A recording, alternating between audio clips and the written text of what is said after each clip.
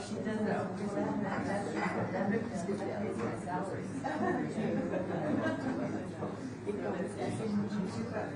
Oh, yeah.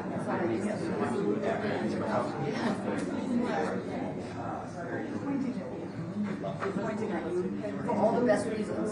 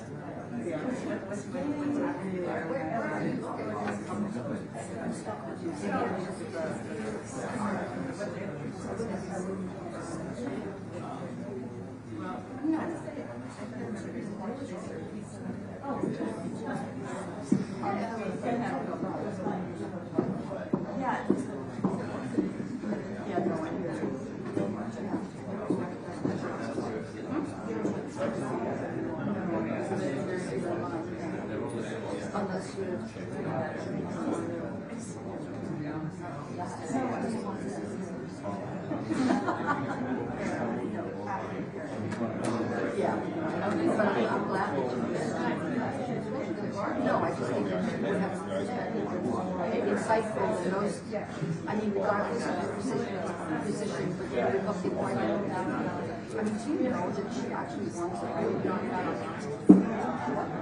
one last time as a writer candidate? I mean, it's just unbelievable. Like, yeah.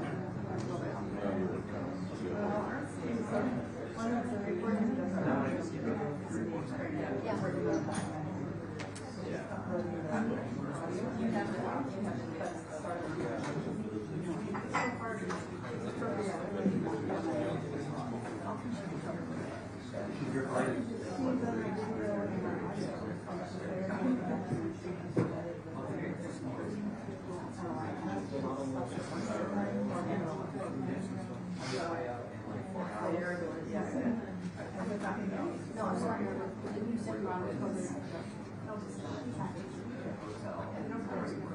oh, okay. She just happens to be there. Wow. Okay.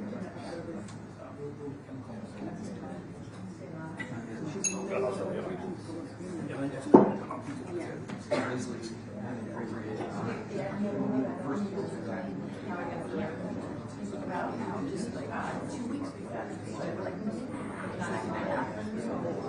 I mean, I know they were more not in other places, but how they were down there, not really the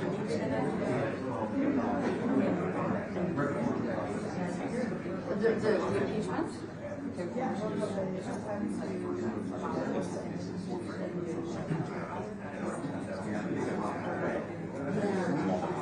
He was impeached for that. Yeah. That was for impeachment. Yeah. No. Of course, that's right. That's the whole anti-Zelensky thing.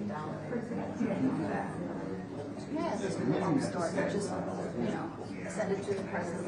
Who's an old. I president. A comedian.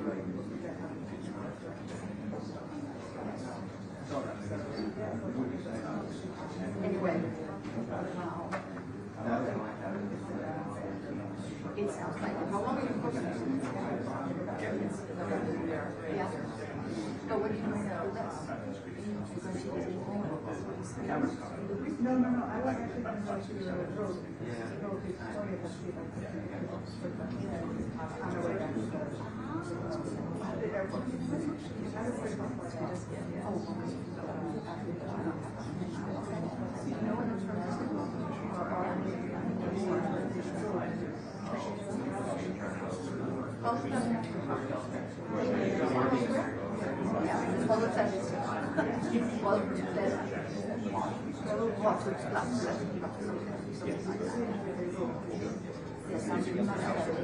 Just like a thrill.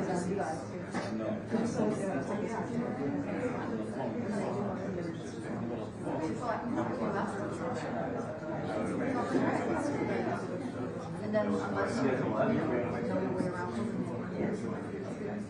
it's not fun.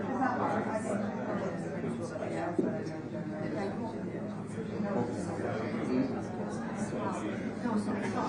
When you say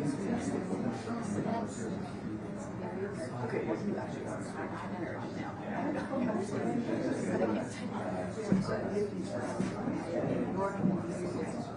And people, some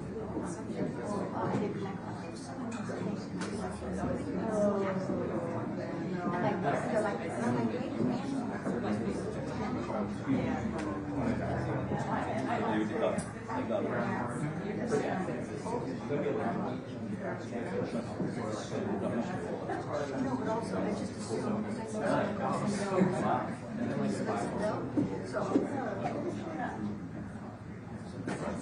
so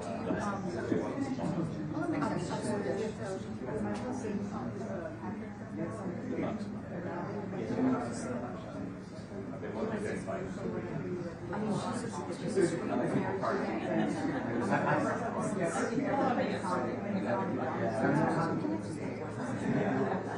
and they were like, they were interesting. you said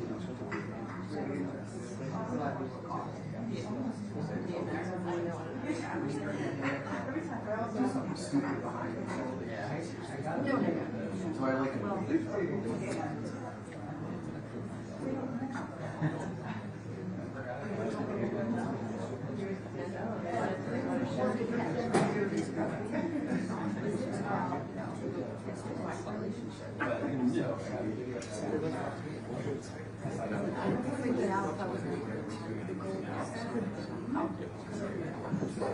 Oh, they did? They were watching it? Oh, yeah.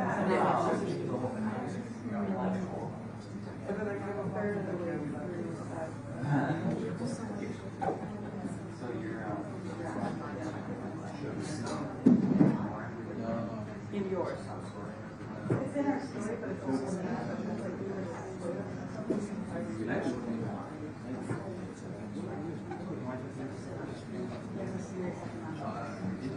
Oh, you did? That wasn't there. For the U.S.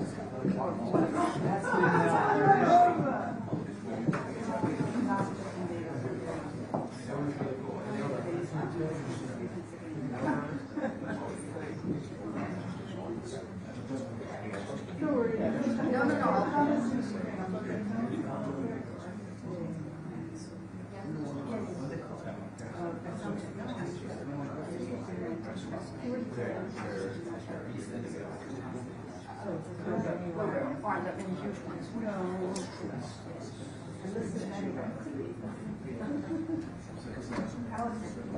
Actually, you are good friends with my first hire, journalist.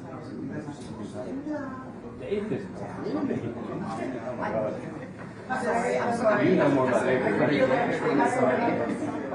Yeah, he came down and what else?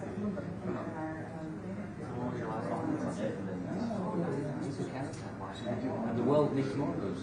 Yes, I was just saying, I mean, those interesting people are. Maybe not the leader who's the character type, but they just, that's what. A special guy. I think it's huge around us. There's like a little corner and a plastic corner. You know, when you wake up,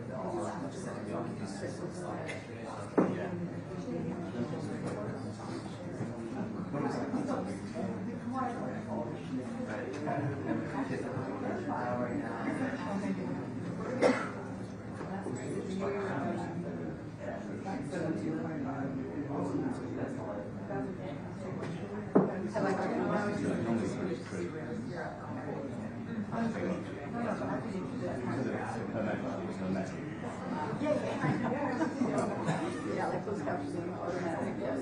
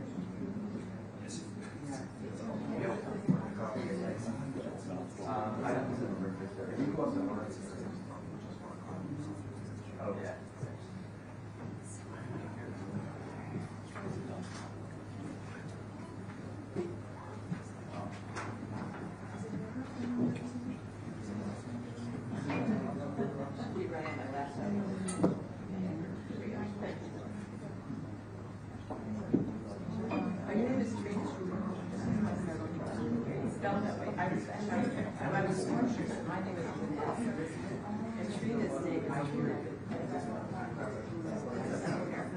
But Trina, somebody was very nice to but you know, and my sister Karen's parents. And so my mother was Danish during through.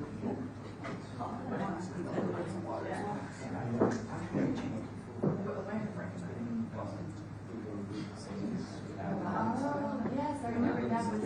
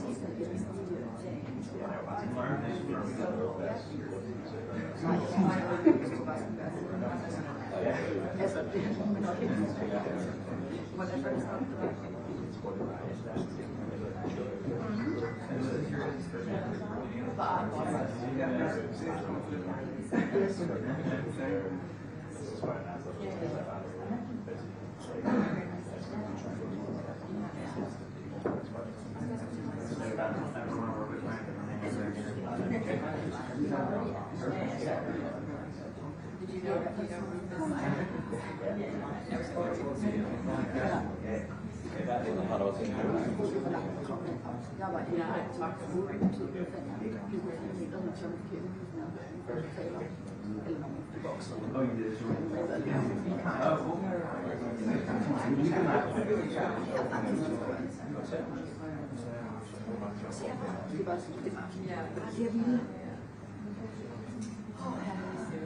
Okay, all right. All right. All right.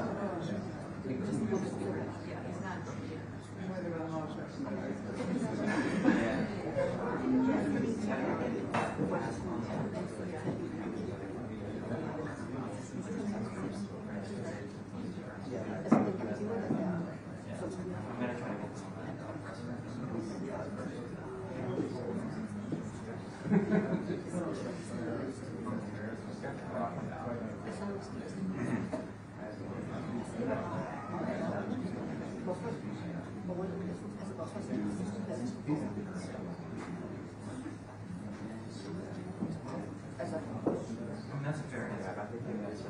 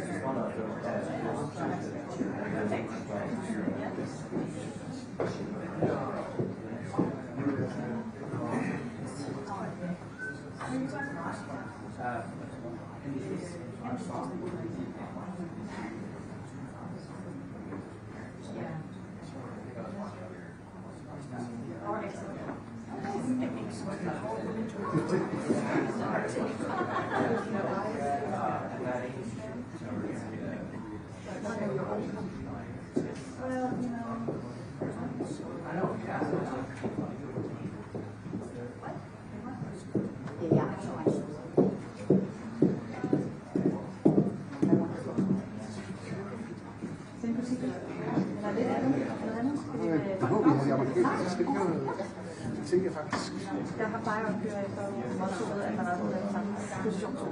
Jeg er meget enig.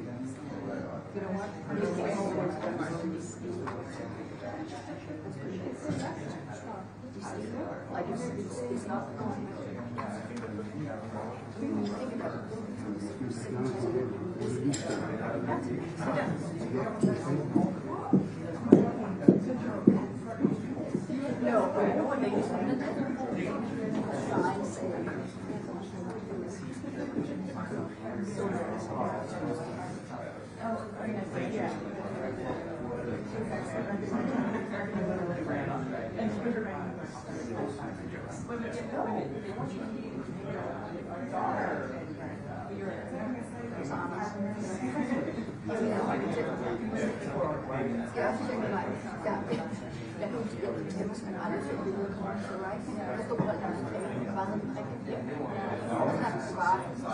Så det er sådan skræk, man har.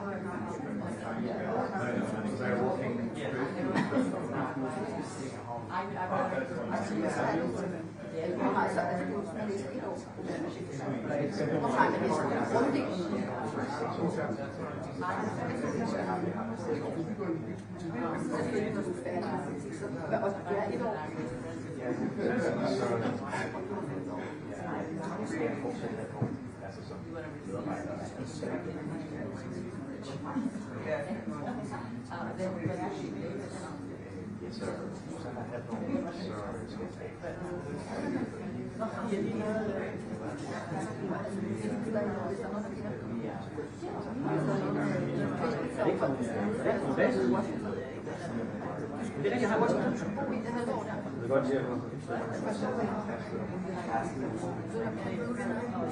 Jeg tror, det var i går. Ja. Kan du nok være ærgerligt, var meget bare så i øjeblikket. Og vi ser sidste år, han har sin egen kaffe. Men han jeg tænkte bare, han har så meget. Hvornår skal jeg? Okay, så sidder jeg her eller så ligger ud for dem.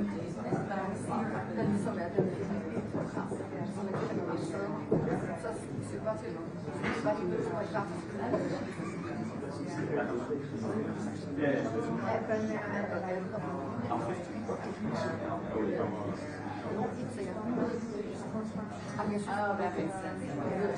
Jeg siger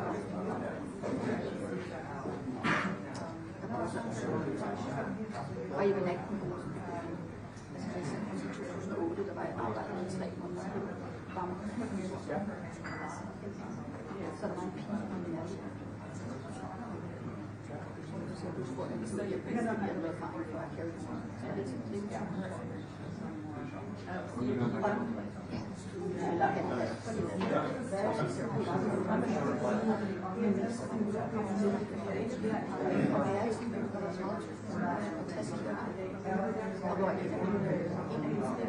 Søster fik et græskoncert. Jeg kom hjem til fordi så var det her bare der sådan en 3 og der stod folk der kom ind med valgsyn til og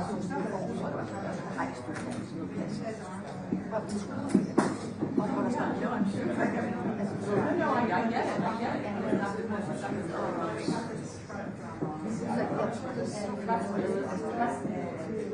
godt når jeg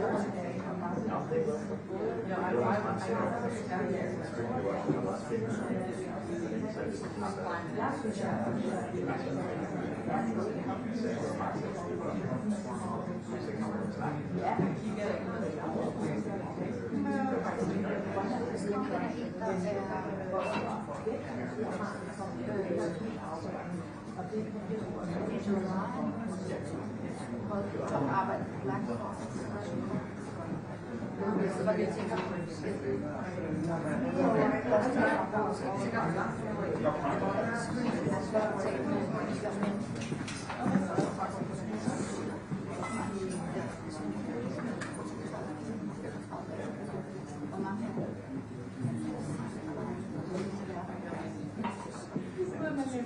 My old day was in New York.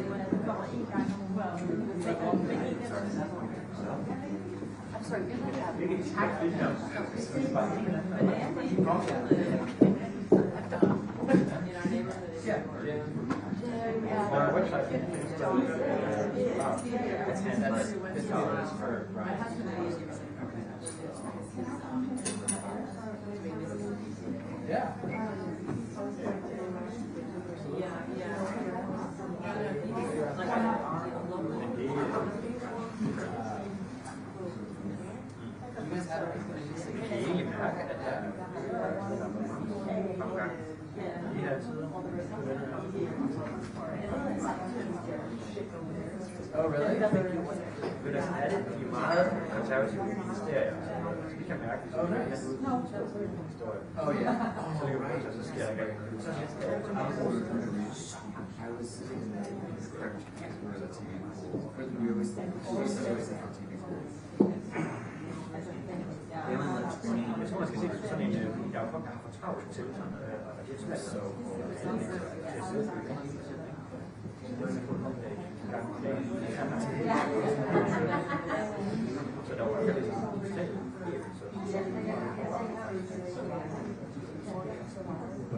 It's actually surprised he was coming to see was outside. He was on the east front. I dodged a bullet right now. So NBC is so every year we have it's a very cool thing because like actually gets to the camera.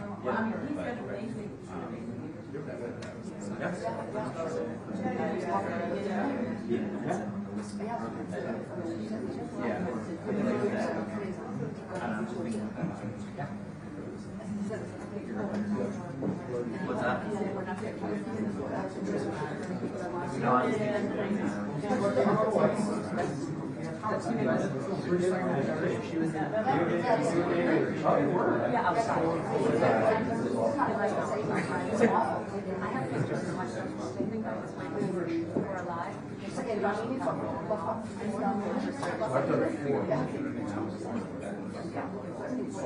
Thank you for reassurance that what I felt was painted.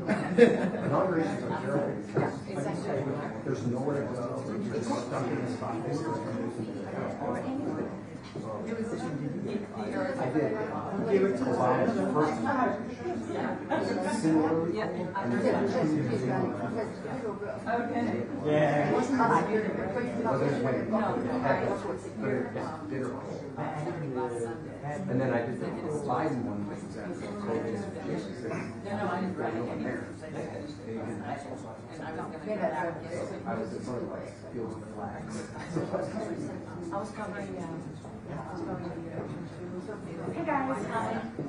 So we're here. They're just taking their coats off and getting ready. I think the thinking is they're still discussing whether they will all take a moment to sort of give remarks, or if they'll just sort of have opening remarks and then open to questions.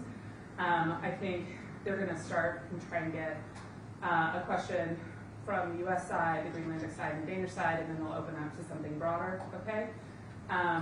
Just so that at least all the different equities in here have a chance to ask something. So that's the thinking right now.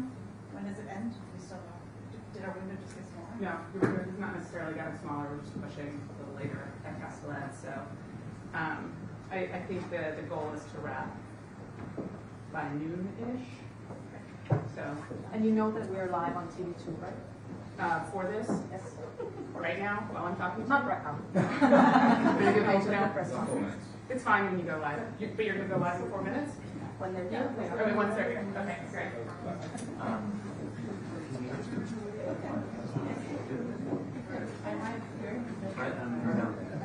What?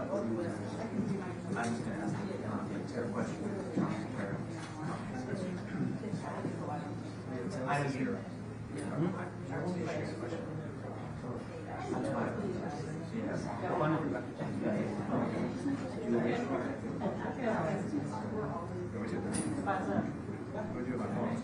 Is that the one you're going to ask?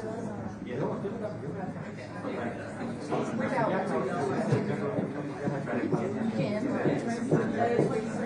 Adam. It's not called Adam. Us? Yeah. They're NBC, not public. You're oh, yeah, punch bowl, yeah. Yeah, I know you recognize your face.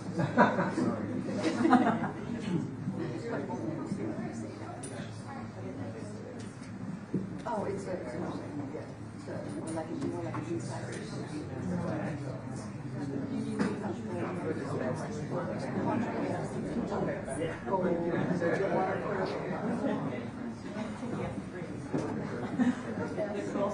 Oh,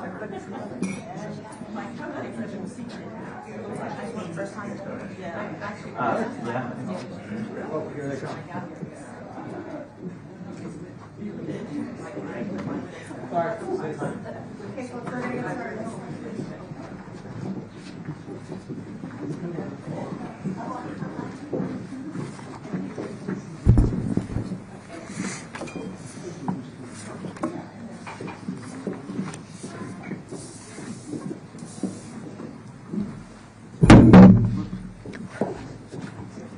Everybody. Lisa.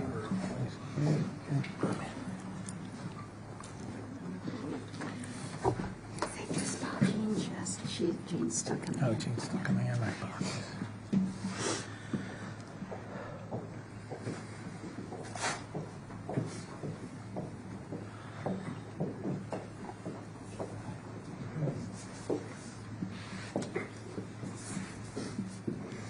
Well, good morning, everyone. Thank you for joining this bipartisan, bicameral congressional delegation. We appreciate the opportunity to give you a quick update on our trip so far. I'm honored to be joined by a group of senators that includes Senators Durbin, Shaheen, Murkowski, and Tillis, and members of the House that includes Congressman Meeks, Congressman Senator Welch. I neglected Senator Welch. Congressman Meeks, Congressman Hoyer, Congresswoman Jacobs, Congresswoman Dean, and Congresswoman McBride. We represent a very wide range of states and backgrounds. We serve on most of the major committees of Congress, and I am so grateful for their attention and engagement over the last few days. We've had the opportunity to meet with and hear from a very wide range of Danish and Greenlandic representatives. We had a terrific and constructive meeting with the Prime Minister and the Greenlandic Prime Minister, with the Defense Minister and Foreign Minister, the Deputy Prime Minister, with Danish industry, a purposeful lunch that was a good opportunity to hear from Danish industry. At the think tank DIIS, I think the Danish Institute for International Studies, and a really robust conversation with Parliament. In every one of these meetings or conversations, there were representatives from throughout the Kingdom of Denmark. The conversations we've had have reinforced a few simple points. One is that for 225 years, the United States has been blessed to have a good and loyal and trusted ally and partner in the Kingdom of Denmark. Later today, we will go to Castellet and lay a wreath to express our deep gratitude for the Danes who served alongside Americans in Afghanistan, Iraq, and elsewhere, and who lost their lives in defense of our common commitment to peace and to freedom. As an original NATO ally, Denmark has been a tremendous partner for us in security, and that relationship is rooted in deeply shared values, values of democracy, of self-determination, and of respect for territorial integrity. The conversation with Danish industry reinforced that Danish businesses invest heavily in the United States. They're the 16th largest source of foreign direct investment. There's roughly 200,000 Americans who enjoy great jobs because of Danish exports and investment in the United States. In listening to conversations we've had with the both think tank and that Senator Shaheen had with students at a university here, we got a broader range of the views of the people of Denmark. And in our purposeful and concrete conversations with parliamentary leaders, members of the cabinet and the Prime Minister, both Danish and Greenlandic, we had a chance to discuss the current moment and how we move forward in a constructive way. A few simple observations. There are no pressing security threats to Greenland, but we share real concern about Arctic security going forward. As the climate changes, as the sea ice retreats, as shipping routes change, there are legitimate reasons for us to explore ways to invest better in Arctic security broadly, both in the American Arctic and in our NATO partners and allies. Second is that we seek to find a way forward through this moment that reinforces the 225-year-old partnership and alliance between the people of the Kingdom of Denmark and the United States. And we return to Washington after this trip with a renewed passion for finding ways that we can engage that are respectful and constructive. It was made very clear to us, as it has been repeatedly over the years, that if the United States seeks to invest in partnership respectfully with the people of Greenland in accessing possibly newly available critical minerals or rare earths, that would be welcome. and that in partnership with the Kingdom of Denmark, if we wish to increase our investments in Arctic security, that would be welcome. But the challenge here is for that to be done in a way that is deeply respectful of Danish sovereignty and of our NATO alliance. So with that, I think we're happy to take questions, and we appreciate everyone who's been a part of this. I'm going to call on Trina first, if I might, just to make sure that Greenlandic Press gets a question asked and answered. Thank you and so please, much. I encourage members of this delegation, if you've got an answer that you think we have to give that I've missed, please jump in. Thank you so much, Senator Coon. I would like to ask what can Greenland and the Greenlanders do to help this process moving forward? What can you say to them that they can, that they can help with? First, I just hope that you will reinforce that this is a respectful and constructive delegation that came more to listen than to talk. And speaking for myself, and I suspect it's true across all of us except Senator Murkowski, I learned a great deal about Greenland that I did not previously know. More than anything, that it is a remote and difficult place to live, and that the population of Greenland has managed to carve out of an exceptionally difficult environment, a culture and an approach to living that is worthy of deep respect, and that our assets there are relatively limited, and that our partnership with the Greenlandic peoples is critical to our having a better informed understanding of what the real circumstances are in Greenland and what the possibilities are for respectful partnership. If I may Please. just add to that, there have been, I think, significant efforts between not only the native people in Alaska, but many Alaska business interests that have formed partnerships and relationships with the people of Greenland, focused on areas of common interest.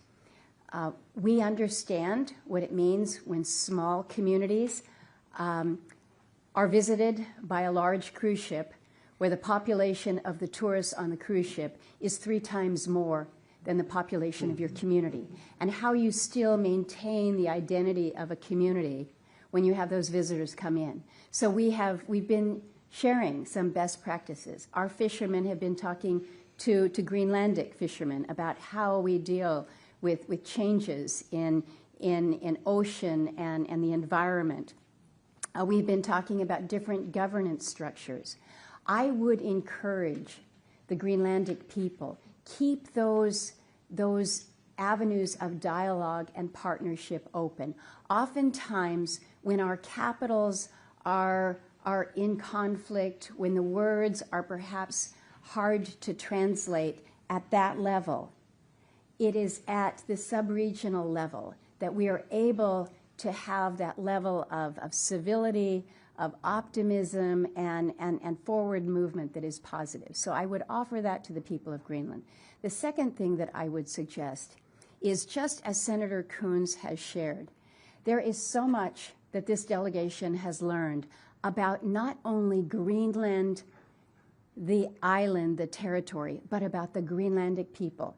And yesterday when we met with the parliamentarians, one of the things that was so moving was when a young parliamentarian shared the concept of ownership as an indigenous person of Greenland understands it. It is not the same concept that most people in Western society may relate to. So understanding the culture, the people, and only the Greenlandic people can do that. Only they can really share their stories, their lifestyle, and what it means to be part of a very harsh environment in challenging conditions, but that's who you are.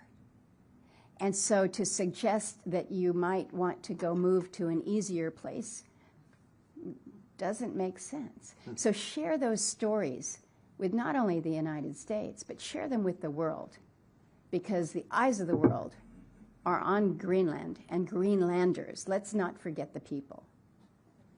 Thank you, Lisa. My first trip to the Arctic was with Senator Murkowski.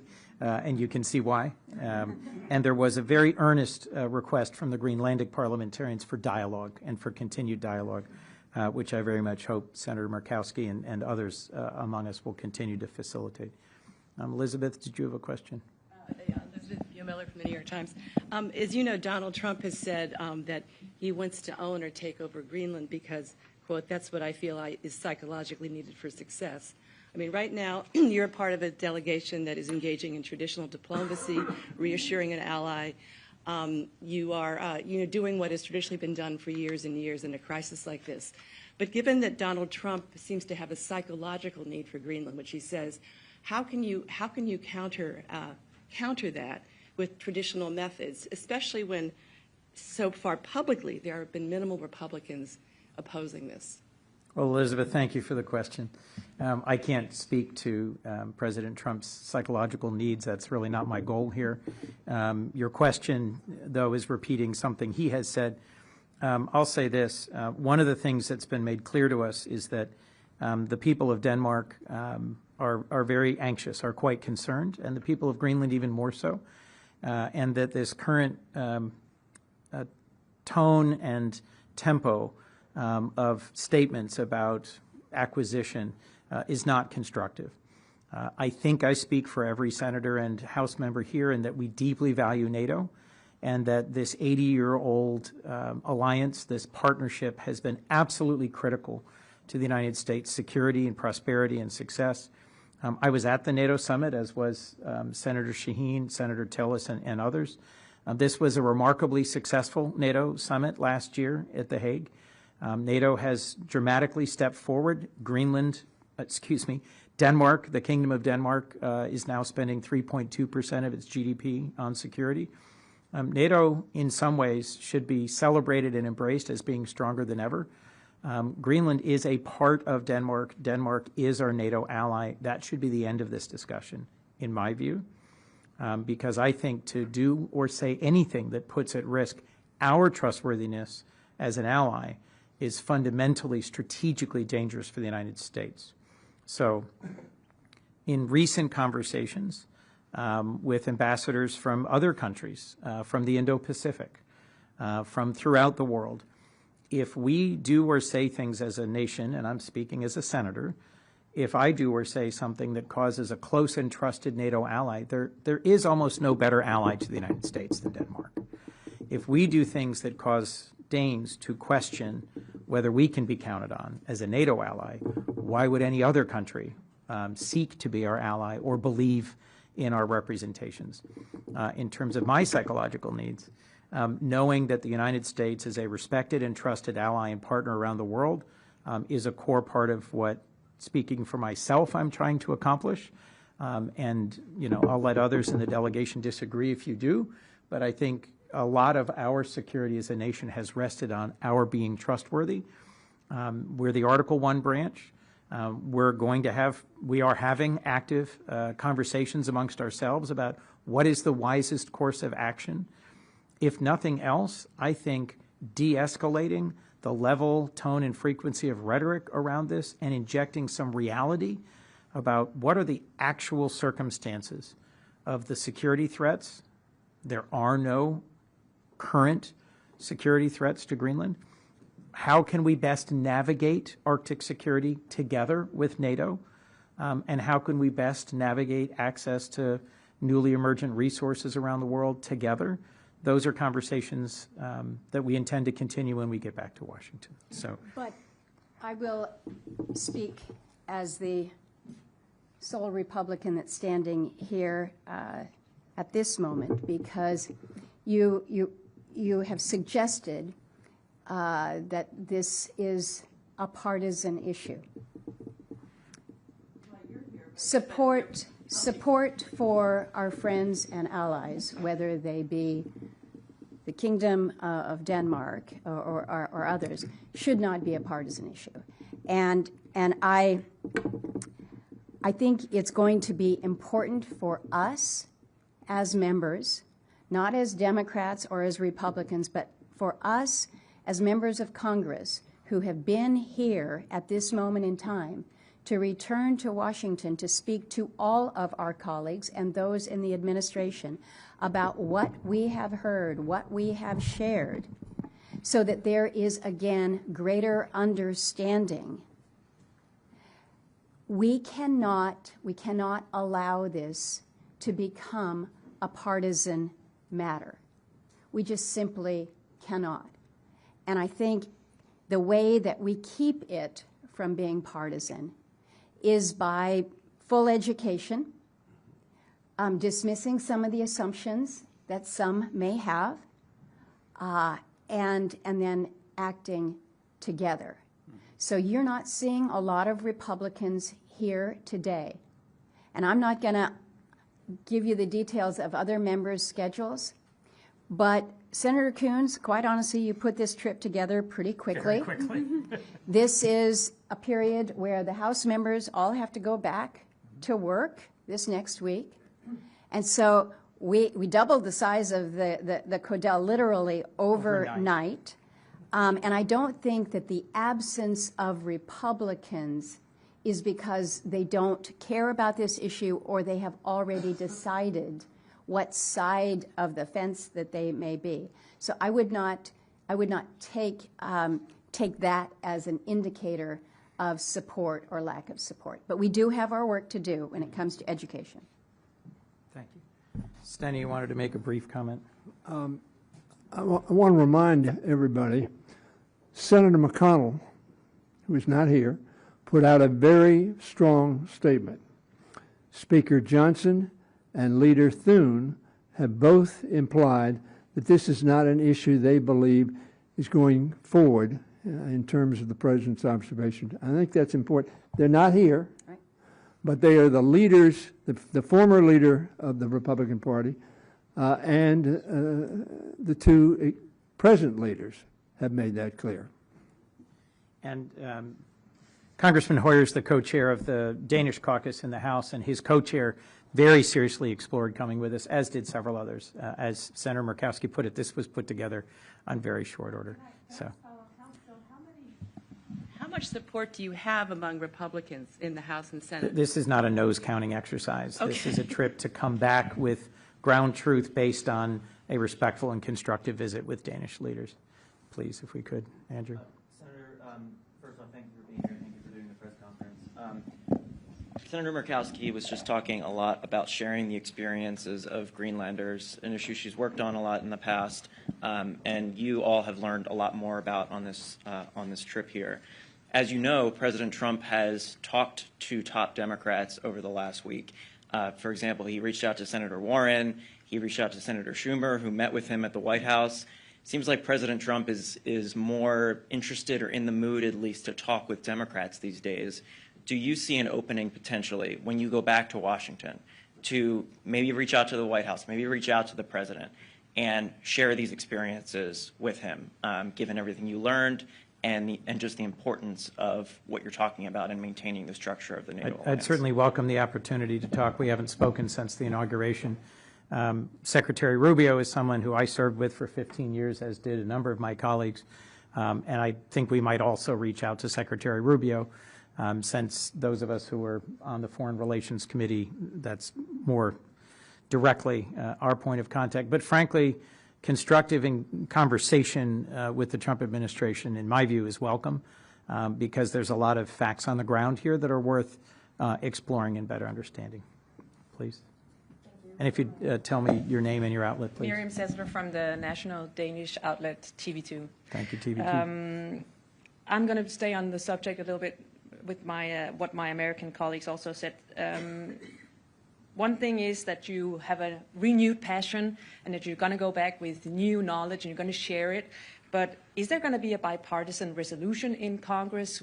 What is going to be concrete out of this trip? Because I think a lot of people in the Kingdom of Denmark, all over, are very interested in knowing what is going to be the output of this trip. And in the same matter, can Senator Murkowski, can you confirm that Danish officials told lawmakers this week they worried an overly partisan vote could undercut or jeopardize their position?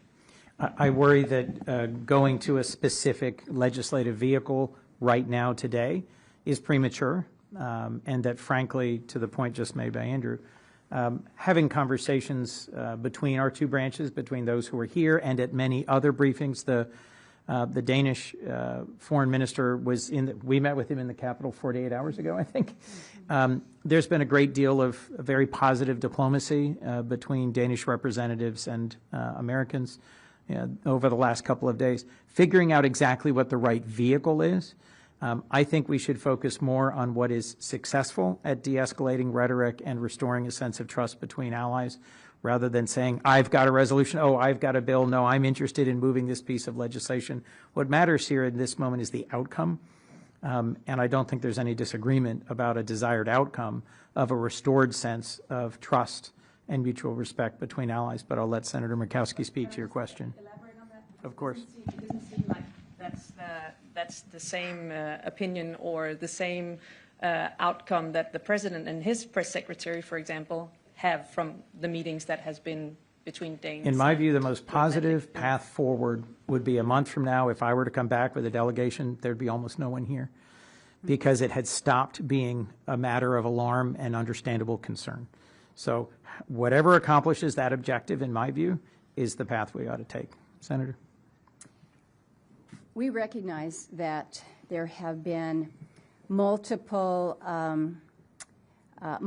approaches to what resolutions could be adopted, what legislation could be worked on. Senator Shaheen has drafted a bill that I'm a co-sponsor on that reinforces again the role of NATO and the fact that Congress has a role here. I have teamed up with Senator Gallego with regards to a joint resolution, a sense of the Senate in terms of the shared partnership. We did a resolution, Peter, that was you and I earlier last year, just reinforcing, again, the U.S.-Danish relationship. I think those are constructive, good signals of, hey, we like you, we respect the relationship, and we want to build on that. We want to underscore that. Now, taking something to a vote is different than introducing something, right? Taking something to a vote is different than perhaps a hearing before the Foreign Relations Committee where we get more information out on the table more publicly. Those types of things, again, that advance a positive, constructive dialogue, I think are good. One of the concerns and one of the fears, if you will, and it goes back to the comment that I made earlier about not wanting to make an issue partisan. Sometimes when you actually look at the vote count, it's like, whoa, the Republicans have completely gone this way and the Democrats have gone this way, and so therefore it must be a partisan divide. I don't think, again, we want to encourage any message that makes it appear that support for the Kingdom of Denmark as our trusted and friend and ally for decades and decades should be a partisan issue. Can I say one thing real quick? I just want to also say on the House side, you know, I've talked to several Republicans. They knew that I was coming here, and they tried to adjust on the House side, adjust their schedule so that they could come. There is a desire to make sure that whatever we do on various bills that are being looked at, that is done in a bipartisan way. So the dialogue and conversation that we're having, because of the importance of the relationship with our NATO allies and Denmark and Greenland, that's not seen publicly all the time, but the conversation is happening. It is a very real conversation because of the significance and the importance, I think, on both the House and the Senate side, and we're working collectively in that way. But just to elaborate on that, the president is also known to be a hard negotiator when he wants his way in different bills and different vote counts and so on. We'll let that play out in the weeks ahead. But my question is, even though that you have these conversations, which is nice to hear, there could be a concern also that the president might have a better suggestion. It's hard to predict exactly what our president will do, and sometimes he does have better suggestions. I have a number of hands. I'm going to keep moving. Anders, if I could. Hello, my name is Anders. I come from Politiken, a daily newspaper.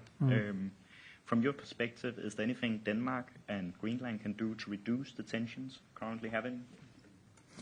First, thank you. It's very helpful for Americans to understand the actual facts and the actual circumstances. Very few Americans have been to the North Slope of Alaska and really understand what that environment is like. Bluntly, most Americans don't understand the dynamics within the Faroe Islands, Greenland, Denmark, what makes up the Kingdom of Denmark, and just understanding that. Part of our role is to go back. We are laying a wreath after this. Part of our job is to go back and to make sure that more Americans understand just how valuable this partnership is.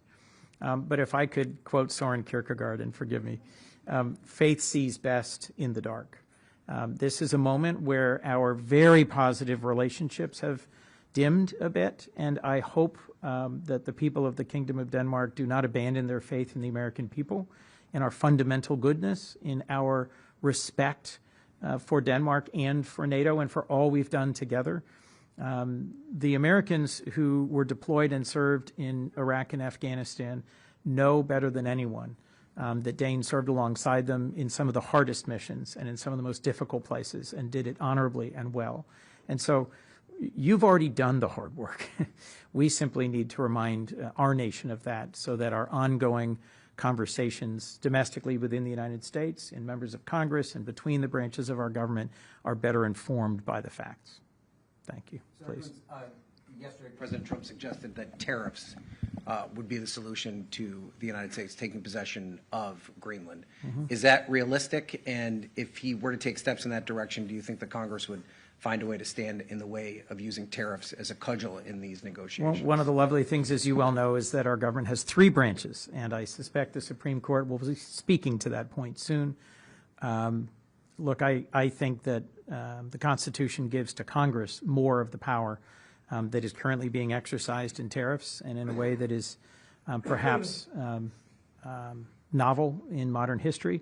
And I think since this is an issue directly before the court, we'll see what the Supreme Court has to say as to whether the use of tariffs as a tool against close and trusted allies to try and achieve a strategic objective is really the wisest and most available.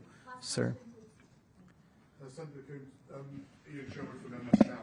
Could I just ask, how much do you think the actions by Denmark and other European allies to move resources to Greenland will address the concerns of the President that is expressed?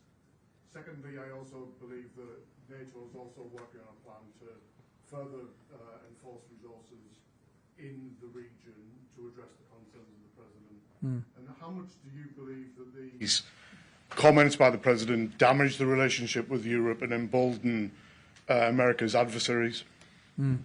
So first, I think the most pressing and current security threat in this entire region is the ongoing war of aggression by Russia against Ukraine.